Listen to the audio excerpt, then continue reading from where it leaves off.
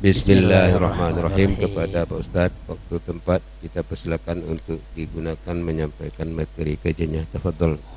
Ya, terima kasih. Assalamualaikum warahmatullahi wabarakatuh. Alhamdulillah wassalatu wassalamu ala Rasulillah wala haula wala quwata illa billah, ma ba'd. Kepada para jamaah salat maghrib berjamaah Masjid Jami Harapan Jaya, mudah-mudahan senantiasa dimuliakan oleh Allah Subhanahu wa taala. Kita masih masuk di 10 dasar ilmu Islam dan kita masuk ke tauhid. Kemarin kita sudah bahas poin pertama tentang definisi. Sekarang kita lanjutkan dengan bahasan tentang maudhu atau ruang lingkup kajian atau objek kajiannya. Nanti kita akan bahas sampai ke 10 poin sini ya. Poin kedua kita bahas tentang maudhu'nya atau objeknya atau ruang lingkup kajian tauhid. Di sini adalah yubahatsu fihi amma yajibu lillahi min sifatil jalal wal kamal. Ya. Pembahasan tentang ilmu tauhid adalah membahas tentang keimanan atau bahasa kitanya adalah keyakinan tanpa keraguan. Gitu ya. Kadang kalau kita bicara iman, apa sih iman? Iman itu yakin tanpa ragu. Yakin 100%. Ya, pada apa? Nah, ketika bicara tauhid berarti kita bicara tentang sifat-sifat wajib bagi Allah. Kenapa ada bahasa yang wajib? Karena sifat wajib ini fokusnya adalah semua sifat yang menunjukkan keagungan dan kesempurnaan Allah. Gitu ya. Dibilang wajib karena bicara tentang keagungan dan kesempurnaan Allah. Juga nanti kita akan membahas sifat-sifat mustahil bagi Allah. Maksudnya adalah sifat yang tidak layak bagi Allah. Ya. Lalu ketika kita bicara jaiz, yang mungkin atau yang boleh bagi Allah, ada 3 ini yang kita bahas ya. Nanti ada sifat wajib, sifat mustahil, dan sifat wajib, dan sifat jaiz. Baru yang berikutnya juga sama, bicara sifat-sifat wajib bagi Rasul, mustahil dan jaiz bagi Rasul. Kenapa 2 poin yang dibahas? Karena kita bicara tentang 2 kalimat syahadat. Ya, la ilaha illallah. Apa itu la ilaha illallah? Dibahas dalam sifat wajib, mustahil dan jaiz bagi Allah. Muhammadur Rasulullah, Muhammad sebagai Rasulullah. Nanti kita bahas tentang sifat wajib, mustahil dan jaiz bagi Rasul. Baru kemudian nanti kajian kajian akidah atau kajian tauhid ini juga bicara tentang tema-tema selain dari 2 kalimat syahadat, yaitu bicara tentang 6 rukun iman. Ya, jadi secara sederhana apa sih tema tauhid itu? Tauhid itu bicara tentang 6 rukun iman. Cuma untuk di awal difokuskan kepada 2 kalimat syahadat karena bermula pada dialog antara malaikat Jibril dengan Nabi Shallallahu Alaihi Wasallam ketika malaikat bertanya tentang apa itu Islam, iman, dan ihsan. Baru Rasul menjawab, Islam itu adalah nanti 2 kalimat syahadat, sholat, zakat, puasa, haji. Sholat, zakat, puasa, haji itu bicara amal soleh, masuknya ke ilmu fikih. 2 kalimat syahadat masuknya ke ilmu tauhid. Makanya bicara tauhid fokusnya kedua itu dulu. Gitu ya. Kenapa kok yang difokuskan ke Allah dan Rasul? Karena memang tadi runtutannya bicara tentang rukun Islam yang 5, yang 2 kalimat syahadat. Nah, ini adalah pembicaraan tentang ilmu tauhid. Baru nanti bicara sholat, zakat, puasa, haji, ini bicara tentang ilmu fikih. Gitu ya. Ini dasar. Baru nanti setelah itu kita bicara iman yang lebih luas, yaitu tentang 6 rukun iman. Ya, baru nanti bicara tentang ihsan atau bahasanya adalah akhlak. Ya, atau dia menamakan tentang menata hati atau tasawuf, banyak namanya ya. Nah, kita fokus ke sini dulu, ke yang awal, 2 kalimat syahadat yang fokusnya adalah tentang ilmu tauhid. Itu ya, kita fokusnya ke sini. Itu kira-kira ya kalau kita bicara tentang kurikulum lah bahasanya ya, bahasa pendidikannya. Kurikulumnya ke sini. Ya, jadi ini beriringan bicara tauhid dengan bicara fikih, tapi tauhidnya difokuskan ke 2 kalimat syahadat. Baru setelah selesai, baru nanti mendalami lagi tentang rukun iman yang 6 lainnya.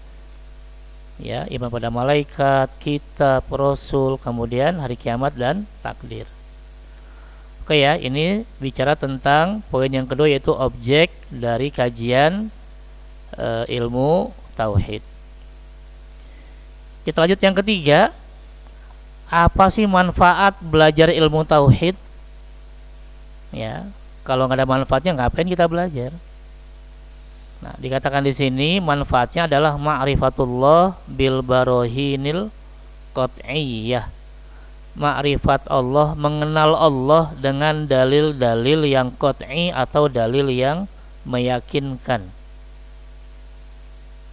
Ya. Kalau belajar fikih, fokusnya adalah kita amal solehnya benar. Kalau belajar tauhid, fokusnya adalah kita mengenal Allah ya sebagai pencipta kita. Dan tidak hanya mengenal, kalau bisa juga dalilnya kita ngerti kalau bisa. Kalau enggak juga enggak dipaksa ya. Nah, karena sudah mengenal Allah, nanti yang kedua adalah kita bisa sukses, terutama mendapatkan kebahagiaan yang abadi, yaitu di surga. Ya. Karena sehebat apapun orang beramal soleh, kalau tidak meyakini keesaan Allah, ya nol. Ya kan? Amal solehnya bagus, ditanya Tuhan ada berapa? Ada 2, ada 3, udah. Maka dianggap dia ya bermasalah di akidahnya. Ya. Kalau sudah tidak meyakini keesaan Allah, berarti ya di akhirat dia kosong, pahalanya nggak ada. Ya, itu beratnya ya. Karena itulah mengenal Allah itu juga sangat penting. Karena ini juga berakibat pada kebahagiaan kita nanti di akhirat. Kemudian poin yang keempat ya, tentang fadluhu, keutamaan ilmu tauhid. Ya, dikatakan di sini huwa asyraful ulum, ilmu yang paling mulia. Ya, jangan lupa ngomong asyrafnya pakai shin. Ya, yang titik 3 nih. Ya. Asyraf. Karena kadang ada yang khutbah atau ceramah atau kultum lalu mengatakan asyraful anbiya'i wal mursalin. Ya. Mari kita bersolawat kepada asyrafil anbiya, kepada nabi yang paling mulia. Tapi nggak pakai shin, nggak pakai titik 3, pakainya sin, s. Kalau asyraf artinya paling mulia. Kalau asraf pakai sin artinya paling boros. Dan kadang saya dengar tuh ininya shinnya nggak fasih, pakai s, bukan sy, pakai s. Ya, kita bersolawat kepada asraful anbiya, nabi yang paling boros. Ya, gara-gara titiknya nggak dibaca, harusnya sy, asyraf, bacanya asraf. Ya, nanti ada kan di Al-Quran kan, wala tusrifu, jangan berlebih-lebihan, jangan boros, innallaha la yuhibbul musrifin. Allah nggak suka dengan orang-orang yang boros. Asro panjang, iya. Ya, nanti ada, nih kita tulis ya. Kalau tulisannya gini, oh, ini asyraf, nih ya, artinya yang paling mulia. Kalau bacanya ini sin aja, nggak pakai titik 3, Asrof berarti yang ya, paling boros. Kalau Isra Mi'raj tulisannya dia kontrol H salah ngetik ya, nggak mau dia ya, suka ngambek dia nih untuk mengganti Arab ke Indonesia ya. Nih, kalau yang di Isra Mi'raj bahasanya dia nih, asro. Ini artinya memperjalankan. Ya, subhanalladzi asro bi'abdihi. Maha suci Allah yang telah memperjalankan. Nah, kalau yang paling mulia pakai titik 3, asyraf. Ya, gampangnya kayak ngusir ayam atau ngusir kucing. Asyraf. Ya. Oke. Kita ke sini ya. Huwa asyraful ulum. Ilmu tauhid itu ilmu yang paling mulia. Karena ilmu tauhid itu mengkaji tentang pencipta kita, mengenal Allah. Ya, semakin tinggi objek yang kita kaji, semakin mulia keilmuan itu. Ilmu kedokteran yang satu membahas tentang fisik manusia, yang satu kedokteran hewan. Mana yang lebih bagus? Ya, tentang manusia, karena manusia lebih tinggi derajatnya daripada hewan. Gitu ya. Nah, yang satu bicara makhluk, satu bicara tentang pencipta. Maka ilmu yang terbaik adalah ilmu yang membahas tentang pencipta kita, yaitu ilmu tauhid. Ya. Nanti di sana kita mengenal Allah, mengenal para rasul, ya, meyakini 6 rukun iman. Baru dikatakan di sini wa syarafus syai' bi syarafi maudu'ihi. Ini kaidahnya, rumusnya. Kemuliaan sesuatu dilihat dari objek kajiannya. Semakin penting objek kajian itu, semakin tinggi keilmuan itu. Ya. Tentu yang paling tinggi adalah ketika berbicara tentang pencipta daripada berbicara tentang ciptaan. Setinggi-tingginya fikih bicara tentang kita, tentang amal soleh. Tapi tauhid bicara tentang pencipta kita, karena itulah levelnya lebih tinggi. Tapi kenapa jarang dibahas? Ya karena kita sudah Islam dari lahir sebenarnya. Jadi ya udah tahu lah gitu. Ya. Biasanya begitu. Dianggap udah tahu. Ya. Karena dibahas dari kecil, udah tahu lah.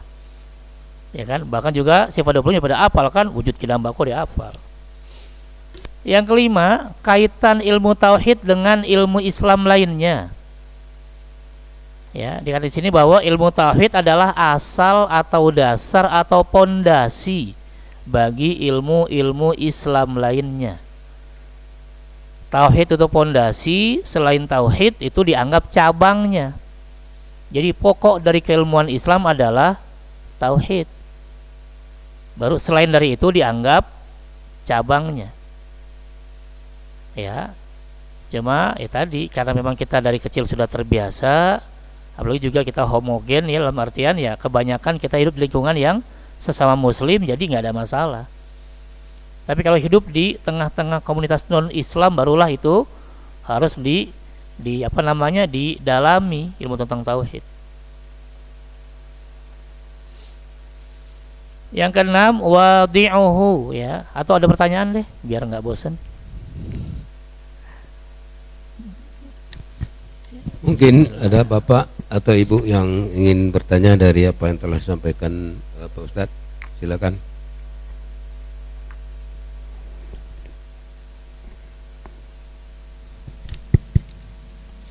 Bismillahirrahmanirrahim. Assalamualaikum warahmatullahi wabarakatuh. Waalaikumsalam warahmatullahi wabarakatuh. Bismillahirrahmanirrahim. Alhamdulillahilladzi qad akhrajana nata'ijal fikri li arbahi bil hijab.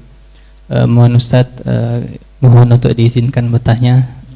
Pertanyaan saya adalah tadi kan menjelaskan tentang sifat-sifat Allah. dalam kitab Mafahim Yajibu Antussoha itu dijelaskan bahwasanya seperti nama-nama Allah di Asmaul Husna itu adalah yang ada di Asmaul Husna itu kan ada 99. Nah, dari 99 itu adalah mewakilkan dari nama Allah yang lainnya yang tidak ada di Asmaul Husna. Karena tidak semua nama Allah itu ada di Asmaul Husna. Seperti Al-Hannan, Mannan dan lain sebagainya. Nah, pertanyaan saya adalah dari 20 sifat tadi, apakah itu mewakilkan dari sifat-sifat yang lain ataukah hanya sebatas itu sifatnya? Ya, mungkin hanya itu. Wassalamualaikum warahmatullahi wabarakatuh. Waalaikumsalam warahmatullahi. Silakan. Oh ya, itu Pak Imam senior. 99. Assalamualaikum warahmatullahi wabarakatuh. Waalaikumsalam warahmatullahi wabarakatuh. Tadi Ustaz sampaikan bahwa dalam hadis itu disebutkan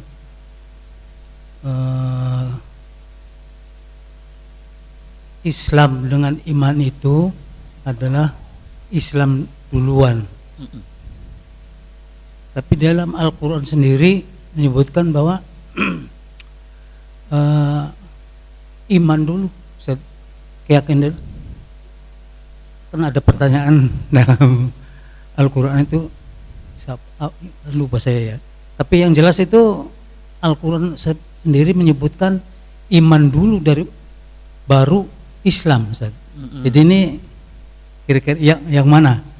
Apa hadis yang betul atau hadis yang betul? Oke. Ya gitu aja lah. Iya. Terima kasih. Satu lagi masih bisa? Kalau enggak saya satu Pak Ustaz. Ya. Enggak. Mengenai tadi Pak Ustaz, tauhid sederhana itu adalah 2 kalimat syahadat ya.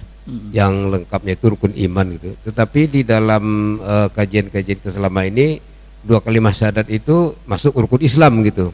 Karena di situ membaca 2 kalimat syahadat. Nah, sebetulnya gimana penempatannya? Harusnya barangkali masuk rukun iman kali 2 kalimat syahadat baru percaya kepada Allah gitu. Jadi 7 rukun apa gitu. Ini saja ya. Kenapa di pembagian itu justru 2 kalimat syahadat itu masuk rukun Islam gitu? Apakah hanya sekedar membaca saja tapi maknanya sendiri tidak dipentingkan gitu, karena dengan membaca saja orang sudah Islam gitu, padahal makna sendiri kan harusnya dalam, artinya lebih pasnya masuk ke rukun iman gitu ya. Sementara itu 3 dulu Pak. Iya. Apakah 99 Asmaul Husna itu bisa diwakili oleh sifat 20? Ada, sudah ya. Dan ini sudah dibahas nanti oleh Syekhul Islam, Hujjatul Islam, Imam Al-Ghazali yang membahas itu. Nanti dipecah. Nanti kita akan bahas ketika masuk ke sifat 20 secara khusus. Ya, mana yang mewakili gitu ya. Pertanyaan saya adalah kan Asmaul Husna itu kan dari 99 itu nama-namanya Allah, dan di lain 99 itu ada nama yang lain. Nah, apakah sama dengan sifatnya Allah yang ada 20? Apakah sifatnya Allah itu hanya terbatas pada 20 ataukah ada lagi yang selain di 20 itu? Terima kasih. Iya. Pertama, kalau mau dihitung sih ada yang mengatakan lebih dari 99. Ya. Bahkan juga ayat Quran tidak menjelaskan kata 99. Ketika bicara Asmaul Husna hanya dikatakan, difokuskan walillahil asmaul husna fad'uhu biha. Fokus dari Asmaul Husna itu, baik yang dikatakan 99 atau lebih, fokusnya adalah bicara tentang doa. Ya, ini seperti di surat Al-A'raf surat ke-7 ayat 100 ya 80. Nih ya, saya kopikan terjemahannya. Pertama bicara tentang Asmaul Husna ya. Surat 7 ayat 180. Ya. Bismillahirrahmanirrahim. Walillahil asmaul husna Allah memiliki Asmaul Husna atau nama-nama yang terbaik. Ya, di Al-Quran tidak disebutkan jumlahnya. Maka nanti ulama juga menghitungnya, ada yang 99, bahkan ada yang lebih dari 100. Tapi di Al-Quran difokuskan apa? Maka bermohonlah kepadanya, berdoalah kepada Allah dengan menyebut Asmaul Husna. Ya, jadi diantara fokus Asmaul Husna adalah ini, ya, cara kita agar doa kita diterima.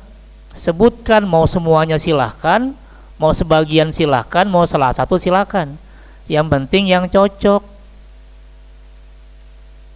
Ya, jangan minta rezeki doanya ya Allah yang maha mengazab, kami minta rezeki, ya nggak cocok. Minta rezeki ya Allah ya Razzaq, ya Allah ya Wahhab misalnya, yang maha pemberi. Ya, jadi fokus di 99 atau lebih dari itu. Nanti kayak Imam Tirmidzi kalau tidak salah mengatakan itu bisa 102. Ya, bahkan imam-imam yang lain juga mengatakan ada yang kurang, ada yang lebih ketika mengumpulkan nama-nama atau Asmaul Husna di Al-Quran dan di hadis Nabi. Itu ya. Jadi bicara angkanya memang ulama beda pendapat. Lalu yang kedua, bicara tentang kajian sifat wajib 20. Nanti Imam Ghazali sudah merangkum itu. Ya. Dikatakan bahwa yang kedua, apakah 20 sifat wajib ini memang udah harga mati gitu ya? Tidak harga mati. Maka nanti di kajian ini, di kajian yang poin keberapa ya, ketika bicara Asmaul Husna nanti ya, cuma belum saya terjemahin kayaknya ya. Nih, poin ke-8 nanti ya, sifat ilahiyah. Dikatakan di sini nanti bahwa inilah maksimal dari pemahaman ulama tentang memahami sifat-sifat Allah. Gitu ya. Karena kalau dibilang ya sifat Allah tidak terbatas, cuma yang bisa dipahami oleh ulama adalah 20 sifat ini. Jadi bukan nanti kita paskan, oh nggak boleh lebih, ya enggak. Cuma di sana dikatakan nanti ya sebatas ya dari ijtihad para ulama ketika mereka mengkaji tentang tauhid ini, ya mereka memahami bahwa yang bisa kami kuatkan ya 20 ini. Apakah nanti akan bertambah atau tidak, monggo silahkan dikaji ulang. Gitu ya. Jadi tidak ada masalah kalau nanti akan lebih dari itu. Silahkan. Ya. Cuma mulai dari abad ketiga kan, dari mulai mazhab Asy'ari sampai abad ke-8 nanti Imam As-Sanusi yang nanti memunculkan sifat 20 ini, beliau juga mengatakan bahasanya dengan min, di antara yang difahami dari sifat Allah adalah sifat wajib 20, bukan pasti. Itu ya, nanti kita bahasnya di bab ke-8 tentang sifat-sifat Allahnya ya. Ya, jadi tidak ada kata-kata bahwa ini harus 20. Bahkan di Al-Azhar Mesir saja itu pembahasannya dia hanya mengatakan 13, dikurangi. Dia cuma sampai sifat ma'ani, maknawiyahnya tidak. Karena kata mereka yang di Al-Azhar mulai dari nanti Qadirun, Muridan, Aliman, Hayyan, Samian, Basir, itu pengulangan dari sifat kudro, ilmu, hayat, sama, basar. Sehingga mereka tidak mengkaji yang maknawiyah, hanya mengkaji sampai ma'ani. Ya, jadi 20 ini bukan harga mati. Ya, silahkan kalau mau ditambah, yang penting jelas dalilnya, baik dalil nakal syariat maupun dalil akal. Oke ya. Itu ya yang ditanya ya. Oke. Kemudian yang berikutnya, Islam atau iman lebih dulu. Ya. Kalau nanti di surat 49 Al-Hujurat ya bahasanya Islam dulu. Ya. Ketika nanti ada kata-kata wa qalatil a'rabu amanna, dan orang-orang Arab pedalaman berkata kami sudah beriman. Ya, di surat 49 Al-Hujurat. Lalu Allah bilang qulu aslamna, jangan bilang beriman, bilang aja kamu Islam, karena iman belum masuk ke dalam hatimu. Di surat Al-A'raf 49 ayat 14. Karena itulah juga di hadis Jibril yang ditanya Islam dulu. Lihat nih, orang-orang Arab Badui berkata, amanna, kami telah beriman. Kata orang Arab Badui, yaitu Arab pedalaman. Ya, baru kata Allah, katakanlah pada mereka, kamu belum beriman. Ya, kullam tu'minu, kamu belum beriman, tapi katakanlah kamu telah Islam. Jadi standar awalnya Islam dulu, baru nanti iman. Kenapa? Karena bicara iman, bicara hati. Karena iman belum masuk ke dalam hatimu. Ya, makanya bicara rukun Islam tetap bicara keimanan, 2 kalimat syahadat, tapi ini hanya sebagai pondasi awal. Sambil nanti dikuatkan dengan amal soleh, ya, baru nanti dikuatkan lagi dengan keimanannya. Makanya ketika nanti kita bicara tentang dakwah Rasul di Mekah 13 tahun, fokus bicara tentang tauhid, bicara keimanan. Bicara amal solehnya, fikihnya nggak banyak. Bahkan kewajiban sholat 5 waktu saja menjelang Rasul hijrah. Ya, kebanyakan bicara amal solehnya nanti ketika sudah hijrah ke Madinah. 13 tahun kebanyakan fokus bicara, ya, ini, ya, bicara keimanan, gitu ya. Tapi sambil jalan dengan, ya, dengan amal solehnya. Nanti ada apa sunnahnya, infak sodako misalnya, ya, kewajiban saling menolong kepada sesama Muslim. Itu memang rata-rata banyak bicara di Mekah. Tapi ketika hijrah ke Madinah baru nanti banyak bicara amal soleh. Karena memang bicara penguatan keimanan ini butuh proses yang tidak, ya, yang tidak mudah, ya, gitu ya. Tapi tetap di ayat ini dikatakan, kalau ada yang mengatakan beriman, tar dulu, karena yang Islam iya, tapi iman masih pelan-pelan masuk ke dalam hatinya, ya, gitu ya. Jadi karena itulah pertanyaan dari malaikat Jibril kepada Nabi adalah Islam dulu baru iman. Karena iman itu nggak bisa instan. Ya, iya, ya. Cuma mie aja yang instan, ya. Iya. Oke, ini juga sekaligus menjawab pertanyaan yang tadi, kenapa kok 2 kalimat syahadat masuk rukun Islam bukan iman? Oke. Kalau ada kata-kata Islam dan iman dalam satu ayat atau satu hadis, maka Islam diartikan adalah amal soleh atau amal yang tampak. Ya, iman diartikan di sini keyakinan, ya, atau amal hati. Makanya susah kita membedakan. Ya, ini orang imannya kuat apa enggak, kan nggak kelihatan karena bicaranya bicara hati, bicara keyakinan. Tapi orang amal solehnya bagus apa enggak, ya masih bisa kelihatan. Oh, ini yang ini sholatnya tenang, yang ini sholatnya buru-buru, itu kan bicara amal soleh. Itulah bicara Islam. Ya, Islam yang adalah bicara tentang apa yang dilihat. Karena itulah bicara fikih amal soleh adalah nanti diantara kaidahnya al-hukmu bil-zawahir. Hukum itu apa yang terlihat. Ya, cuma KPK doang yang bisa melihat, oh ini nggak ada niat jahat, keren itu.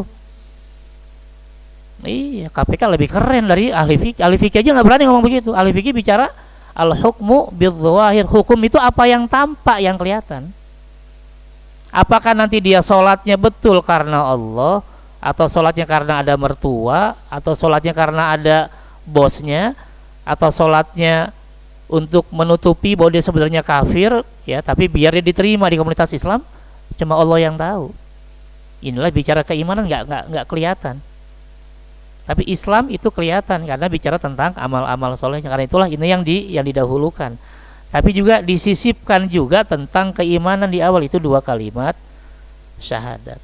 Ya, jadi ibaratnya, ya, secara sederhana, saya mau masuk SD nih misalnya, ya, kan saya nggak bisa langsung masuk. Gimana cara saya masuk SD?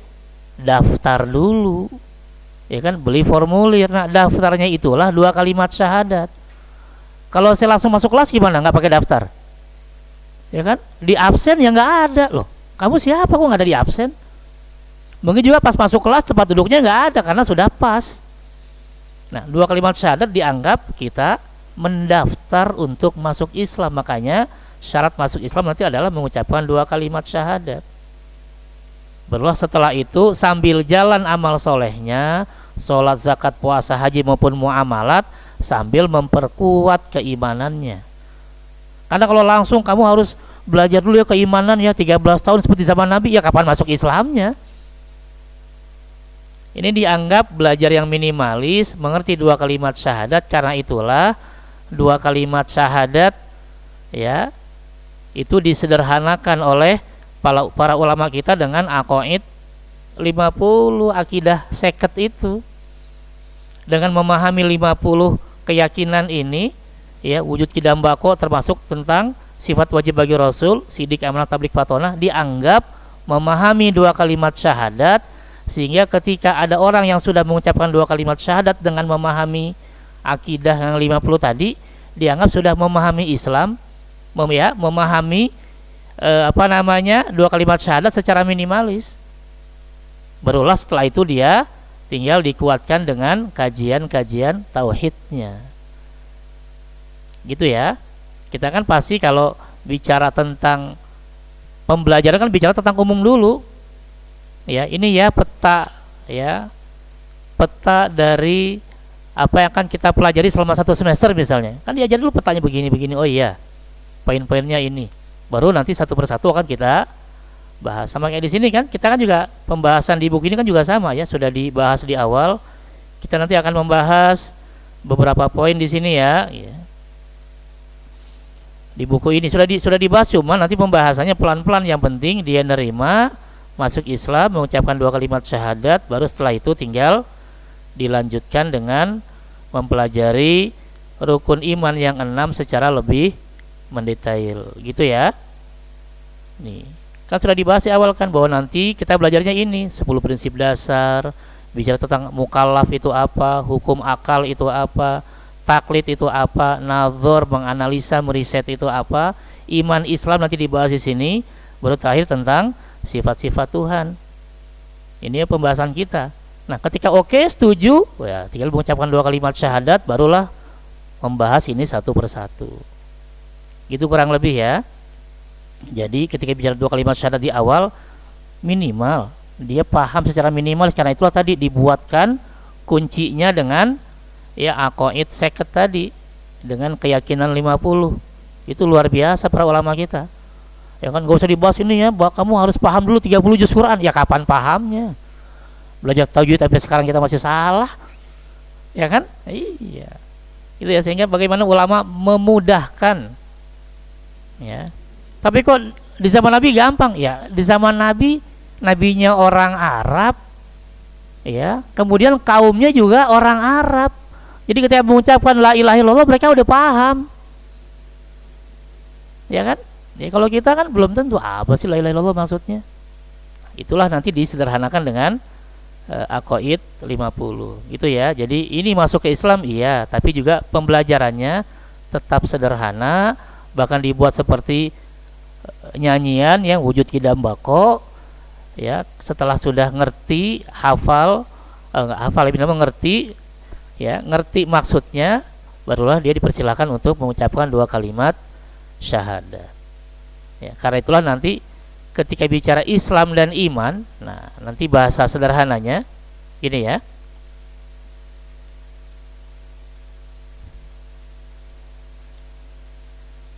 Itu bicara tentang ya yakin tanpa ragu kepada kerasulan Muhammad.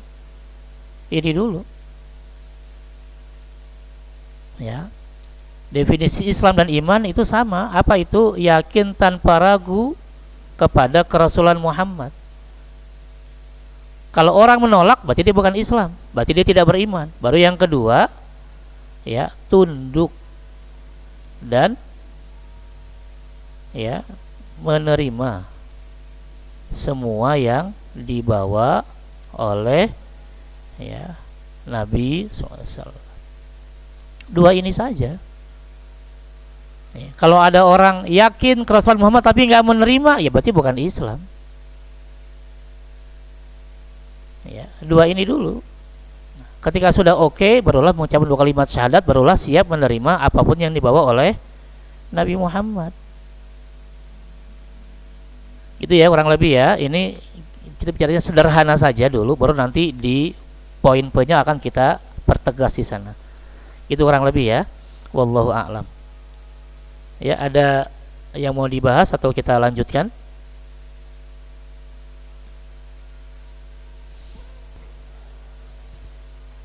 Ya, assalamualaikum warahmatullahi wabarakatuh. Ya, Waalaikumsalam warahmatullahi. Ini masalah sifat Allah yang 20 tuh ya Pak Ustadz. Kayaknya kan udah dibahas Jumat yang lalu ya. Ini masih hubungannya juga, yaitu masalah apa tuh, Allah tuh kan nggak kelihatan ya. Yang nggak boleh. Nah kalau zaman dulu ya, zaman Nabi itu yang namanya jagat raya ya. Jagat raya itu masalah bilang gini, Allah itu lebih besar dari jagat raya, tapi nggak boleh dibahas gitu kan, nggak boleh. Nah ya mungkin kemarin udah tahu kalau yang sifat Allah yang 20 ya udah tahu, yaitu muka Allah wil hawadisi ya, itu nomor 4 ya. Itu kan sebenarnya kan nggak boleh, tapi itu Pak Ustadz bilang itu harus dibahas, karena kalau nggak dibahas orang bisa jadi ateis ya, komunis ya. Nah kalau saya tuh punya teori begini ya, kalau lebih besar dari kata raya, berarti ke zaman sekarang itu planet bumi ya, lebih besar dari planet bumi.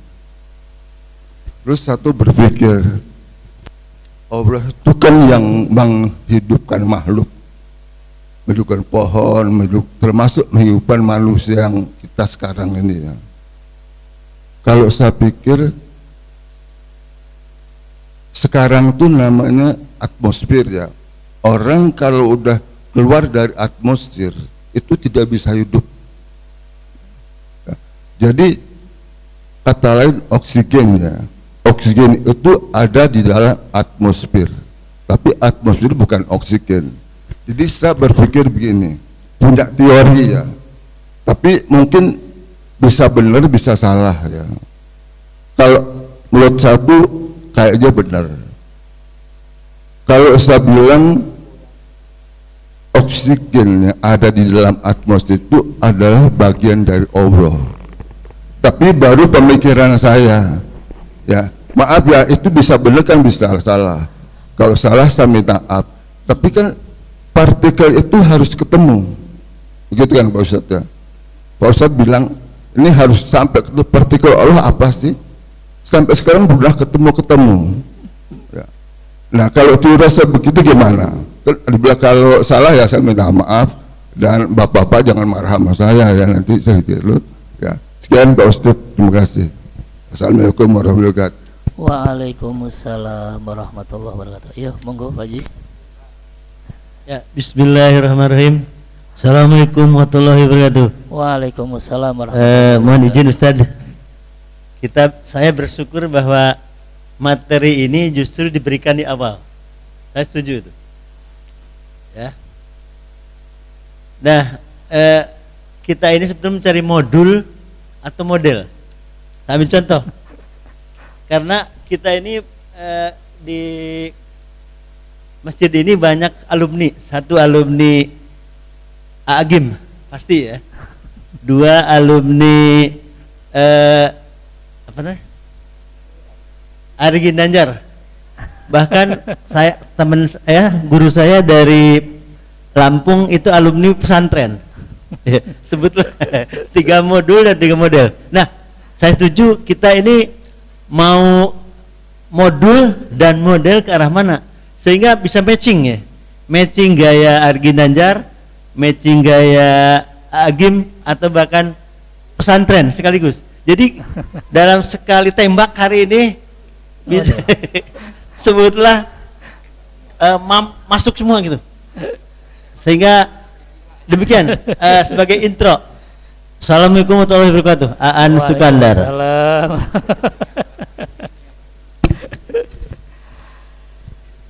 Iya, dua ini ya. Jadi yang pertama memang harus dibahas karena memang ini perintah dari Al-Qur'an di surat 47 ayat 19 nanti. Ya, fa'lam annahu la ilaha illallah. Maka ketahuilah, ilmuilah. Kata-kata fa'lam itu dari alima. Alima ya'lamu ilman, orangnya disebut alim, objeknya ma'lum, perintahnya i'lam, maka ilmuilah. Ya, itu di surat 47 ayat 19. Nanti kalau kita bahas tentang hukumnya jelas di situ. Hukum mengkaji tajwid ya. Fa'lam ini ya. Jadi kalau nggak boleh dibahas malah jadi aneh, padahal ulama sepakat perintah untuk mendalami Islam itu dimulai dari memahami, meyakini la ilaha illallah. Ini ya di 47 ayat 19. Ya, bahasanya fa'lam annahu la ilaha illallah. Makanya juga dijadikan dengan lafaz zikir nih. Ya kan tuh. Maka ketahuilah, kata-kata ketahui maksudnya ilmuilah. Maksudnya ya di sini pelajarilah atau ilmuilah. Karena ini perintah bahwa tidak ada Tuhan yang patut disembah selain Allah. Ini sudah perintah Allah ini. Berarti kalau kita tidak mau belajar ini malah jadi aneh. Masa kita menyembah yang kita nggak paham? Kan itu tadi kalimatnya disederhanakan menjadi sifat 50 atau akidah 50 itu. Gitu ya.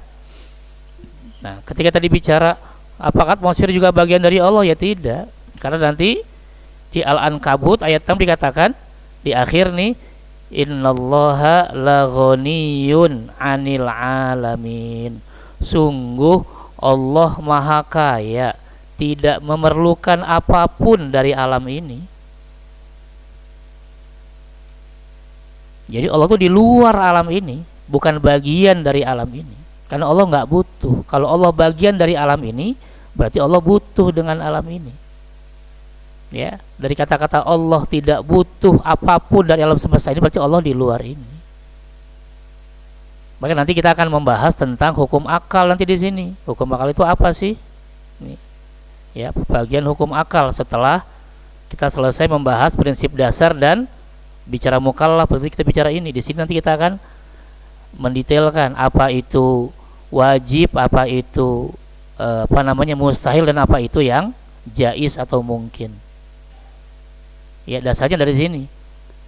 Kenapa kita bicara hukum akal? Karena kita akan menjelaskan tentang Tuhan tidak hanya kepada umat Islam, tapi juga kepada orang-orang di luar Islam. Termasuk tadi kepada orang yang nggak percaya, ateis, atau orang yang ya masih ragu-ragu, agnostik, dan nggak bisa kalau pakai Quran. Mereka kan mengatakan, loh, orang kami nggak percaya dengan Islam. Makanya harus dibahas dengan hukum akal, diantaranya itu tadi. Ya. Dan Al-Quran penuh dengan hukum-hukum akal. Gitu ya. Jadi pasti di luar itu, bukan bagian dari alam. Karena kalau bagian dari alam berarti nanti ya Tuhan butuh dengan alam ini. Padahal Allah katakan Allah nggak butuh dengan alam ini. Ya. Gitu ya. Terus udah ya. Yang berikutnya tadi apa ya? Oh, yang tadi suruh bikin kurikulum gitu ya. Ya, sudah bikin model. Berarti nanti ya Pak Jaan yang bikin ya sebagai dosen senior. Kita tinggal ikut mata kuliahnya gitu ya. Nah, kita nanti tinggal dibagi-bagikan ke kita nih ya. Jadi kita akan sebagai dekan Jami ini. Ya monggo silahkan ya. Ya, makanya kita kan bahasnya pelan-pelan sederhana. Ya, ini dulu. Kita nggak bisa bicara detail tentang sifat 20 kalau kita nggak ya nggak mendalami tadi pembahasannya di awal, apa itu hukum akal, apa itu mukallaf, apa itu Islam, iman, dan seterusnya. Terus setelah ini rangkum, baru kita bisa bahas pelan-pelan tentang sifat 20 itu. Itu kira-kira ya.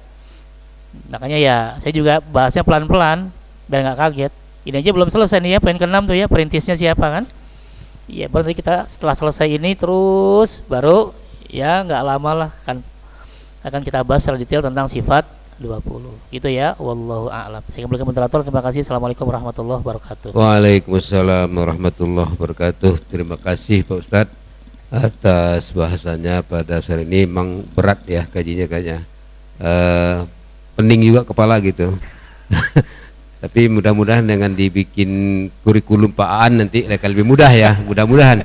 Terima kasih Pak Ustadz atas bahasanya, dan mohon maaf jika pada pembahasan kali ini terdapat kekurangan, kekhilafan. Mudah-mudahan Allah Ta'ala akan tetap memberikan kesehatan, kesempatan kepada kita, sehingga kita bisa hadir kembali di hari Kamis akan datang untuk mengikuti lanjutan kajian kita. Kita akhiri kajian ini dengan bacaan hamdalah dan doa kifaratul majlis. Alhamdulillahirabbil alamin. Subhanakallahumma bihamdika asyhadu an la ilaha illa anta astaghfiruka wa atubu ilaik.